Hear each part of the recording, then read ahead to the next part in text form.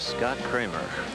We are going to see some pins flying around this game. These are two really big crankers. That's right, a really big show.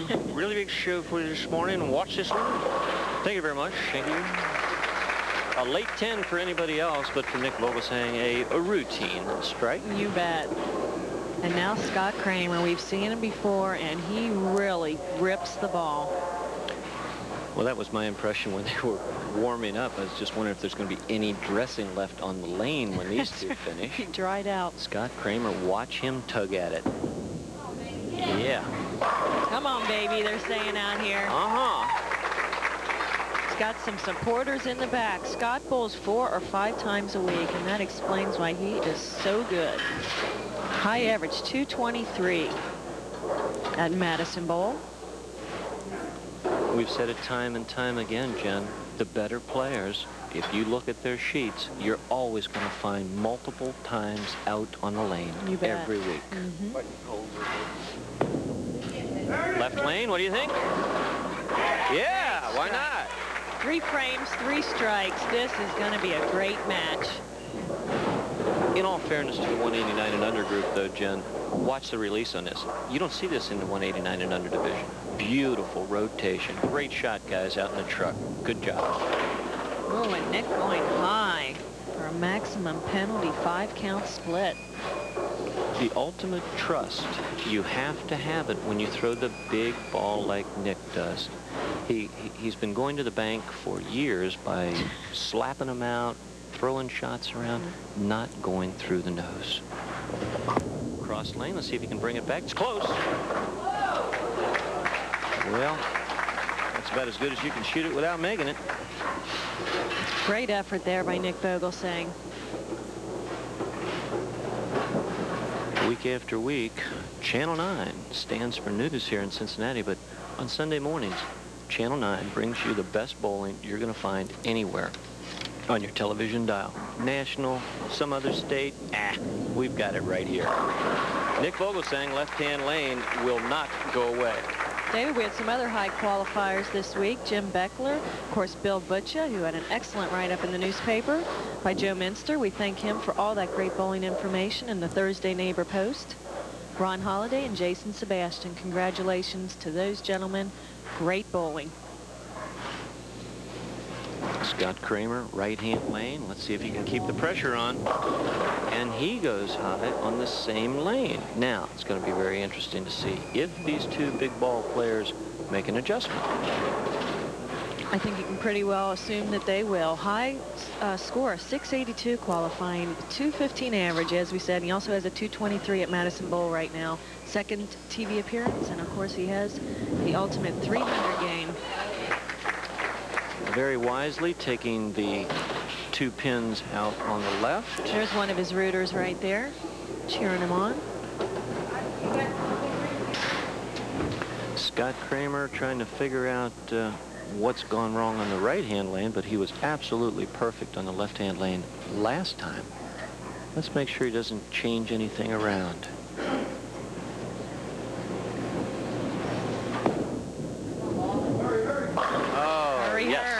He knew it was starting to go high. He needed to slide down. Of course, the good speed that he had rolled it right into the pocket. Now, this is the key shot right here. Did Nick make some sort of an adjustment?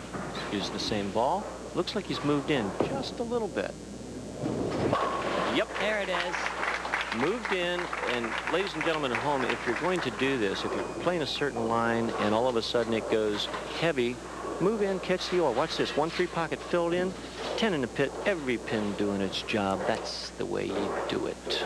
I think that was a good tip for Nick when Scott also went high, because I think you can assume that it wasn't just you, and when somebody else does it, you better make an adjustment. And even if you go light with as much as they crank it, you're probably still going to carry the light hit anyway.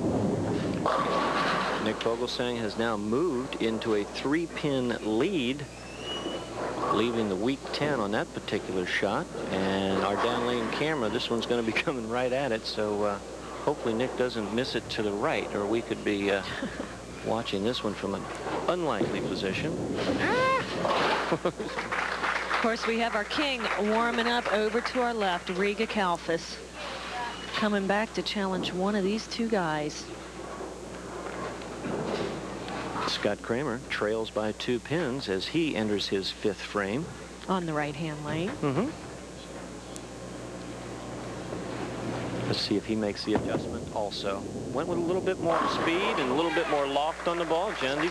Solid. We got 2 smart players That's out a there. unique approach at it, and that's a very challenging way. And of course, he's such a strong guy that getting up a little extra further down the lane is not a real big problem. There you see the Miller BPA scoreboard, and what it's telling you is that we've got a match.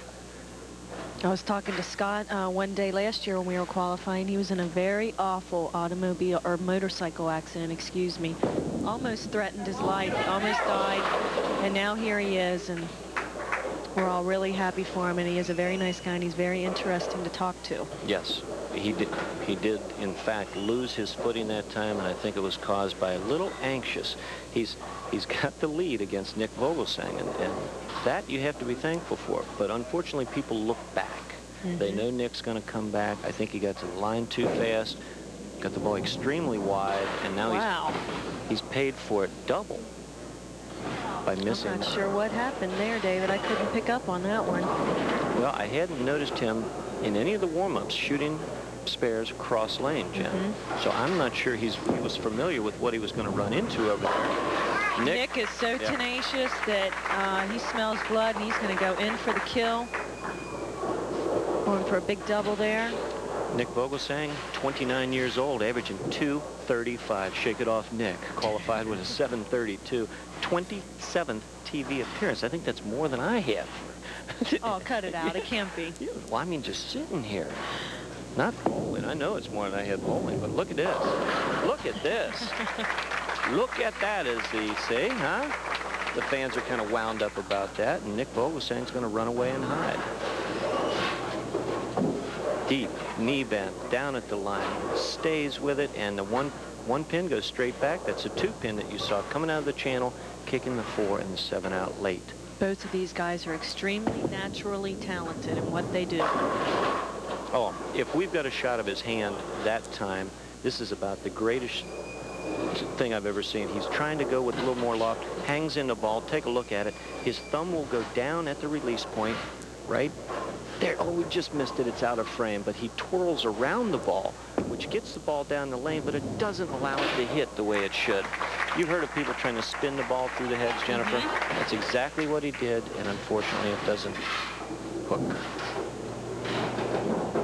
That was a key shot there. That was his 7th frame. He really needed to strike. Not out of reach yet, but he's going to need to string him the rest of the way out for sure.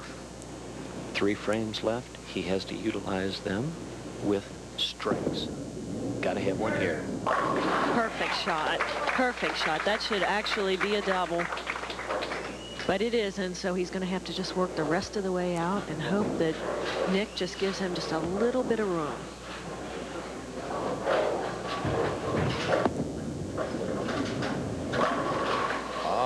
That could be it. That could be the chance that Scott Kramer is looking for. Nick only has 2 doubles this game, so he's not stringing them together like we are used to seeing him. Nick is striking more on lane 7 than he is on lane 8, and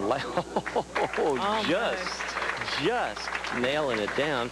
And Scott Kramer, the same thing, Jen. Both players have 3 strikes on lane 7 and only 2 on lane 8. So the preferred lane is where Nick is right now for his 9th frame. Very important 9th frame. Let's watch. Great shot. 9th frame, of course, the foundation frame. He's going to post a 166. In the 8th frame, he can strike out for 226. Well, we're only talking 7 pins difference in these 2 players right now. 7 pins. However, right now, Scott... He has to double. Yes, Scott is behind 7. He needs a double right now. It's there. It's there. Well, it's all going to go down to the 10th frame. Who has the most guts here? Let's see. Big frame, big delivery. It's absolutely perfect. He likes it. 10 in the pit. Every pin doing its job. He knew it. He said that's right. it. Halfway down the lane. That's when you really get to be a fine bowler, when you know as soon as you let it go whether it's going to strike or not. Scott Kramer trails by 7. His first delivery in the 10th. Let's see. Just a little bit light on that lane 7. Trust is a must, and if you're going to make a mistake, I'd still rather see it there than through the nose. At least he's got a chance for a spare. Bringing back the spare here will keep him in the match.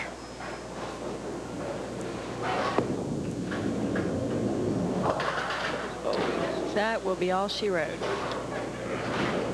Very unfortunate. Scott bowled a beautiful game, and he's going to come up on the short end of the stick today. Unless something really strange happens. No, Nick, this one, this one belongs to Nick, no stranger to winning matches, and he's going to go on to face the King, who's warming up in the wings. And who of you can remember who that is? We're not going to tell you. But do you remember last week? Think about it.